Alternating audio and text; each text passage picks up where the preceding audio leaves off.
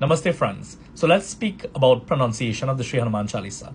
As stated before, some of the words are interchangeable with certain types of pronunciation. Now, Sanskrit in itself is the mother tongue of the languages, right? And we believe that it's the language of the gods and all of those things, right? Written in a script called the Devanagari script. This script, whenever we see this, I will put it up on the screen there for you, right? Most of the time, the average individual says, oh, that's Hindi. Or sometimes someone says, that's Sanskrit, right? But it's actually used. The script itself is called the Devanagari script, or the script of the gods. And this script is used to actually pen many different languages. For example, Sanskrit, Hindi, Awadhi, etc. India has over 700 languages. So sometimes we think, and we are very limited to just think everything is Hindi, right? Especially in Trinidad and Tobago, growing up, everything anybody sees that looks like that in that script, they always say it's Hindi, right? So putting the script aside, right, when transliterating it into English, sometimes some letters can be transliterated into being a V or a W, and in some cases, the B can interchange with the V as well, and stuff like that, right? But for certain instances, it is not interchangeable. And sometimes we just put in this change for ourselves without actually understanding the meaning or what it is we are trying to actually see, right? So Sanskrit in itself is the most phonetic language that exists in the world. You will not find two syllables sounding the same. All of the syllables in the Sanskrit alphabet have different sounds. They create distinct vibrations. So by learning and understanding these things as well, what it does, it helps you to elevate yourself vibrationally.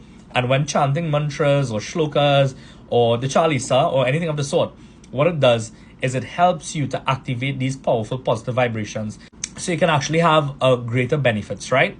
Because bhakti is important and all of that. But when it comes to having proper pronunciation, it enhances the experience, right? Because you're setting this thing on a specific frequency. For example, when you are speaking Sanskrit words, and this is Sanskrit compared to Hindi now, right? The same thing kind of applies in Awadhi. So with Sanskrit and in Awadhi, when you're pronouncing a word, you actually pronounce all of the syllables. For example, when you say manna, now in Hindi, you will say man, you won't say manna, because you don't pronounce the last syllable, that sound that is there. With Awadhi and Sanskrit in itself, you actually pronounce out all of the syllables. So you don't just say like Ram, for example, that's Hindi, Rama, right? That's how you'll say it in Sanskrit. So those are some of the key differences you will see when pronouncing this, right? So if you understand Hindi, it doesn't necessarily mean that you understand Sanskrit or Awadhi, and I've been trying to explain that to some individuals as well, right? So let's look at how the letters are interchanged on them. So for example, you will see in Shri Hanuman Chalisa, you'll see Raghubar, and that can be switched. The B can be switched with a V. So you can say Raghuvara. That is also correct as well. So in certain instances and certain cases, you will see some words like this, right?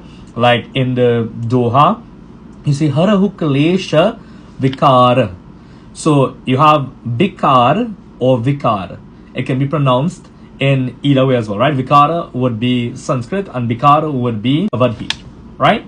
So I hope this helps to clarify some stuff so that as we go along, it makes it easier for you when we are doing the actual chanting.